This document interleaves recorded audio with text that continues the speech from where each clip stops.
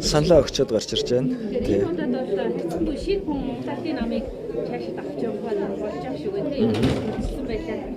Та одоо өчигдөр гишүүнийг давуу талууд хадын юу гэж харж байна мэдээ. Залуу гэж болохоор нэгдийн зүгээс залуу юм шүү гэдэг ийм үзэгч байх үгүйсгүй юм да. Тий энэ учрал даргаыг шинэ хүн гэж болохгүй улс төрийн занал талаас нь авч үзвэл бас залуу гэж болохгүй. Яг гэвэл одоо өстө улс төрийн карьераа тэр хамгийн бага шатнаас нь өөрөө эхлүүлээл явсан. Миний хувьд бол бүр би Сүхбаатар дүүргийн намын орон дарга байсан. Надаас Сүхбаатар дүүргийн намын орооны даргаыг учрал дарга авч ирсэн. Тэгэхээр бид нар хамт нэг тойрогт дэвшижсэн.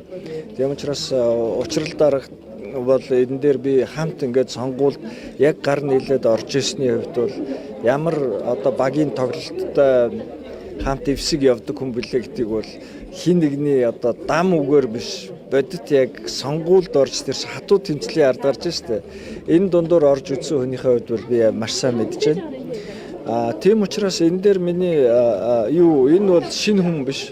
Намын хувьд бол насан залуу боловч аль хэдийн төлөвшсөн одоо энэ намын бүх төвшнгөөр яваад тэр улс төрийн туршлага суудсан харин туршлагатай улс төрч гарч ирж байгаа юм.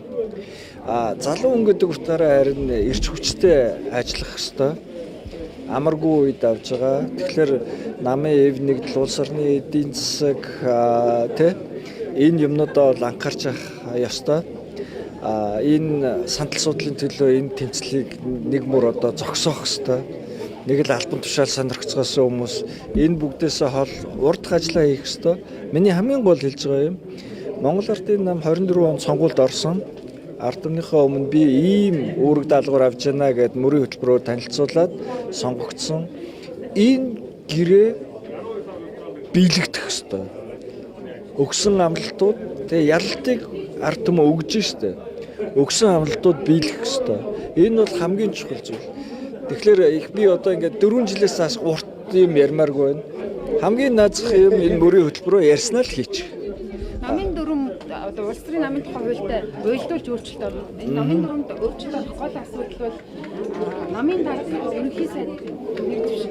Энэ асуудал дээр нэлээд эргэлзээтэй багш намын гишүүдч байна. Одоо энэ маргааш яг намын дүрмийн асуудлууд яригдана. Тэгээ энэ дээрээ бол энэ хүмүүс өөр өөрсдийнхээ байр суурийг хилээд явах бах. Ер нь бол бидний хуучин намын дүрм дээр энэ асуудал чинь угаас парламентын засаглалтай орны зарчмын асуудал шүү дээ. Тийм учраас энэ зарчим нь бол хэвэндээ би үлдэнэ гэж бодож байгаа. Ямар ч гэсэн маргааш энэ дүрмийн асуудал яригдахлаар гишүүд маань байр сууриа хилээд явах бах. За баярлалаа. За баярлалаа.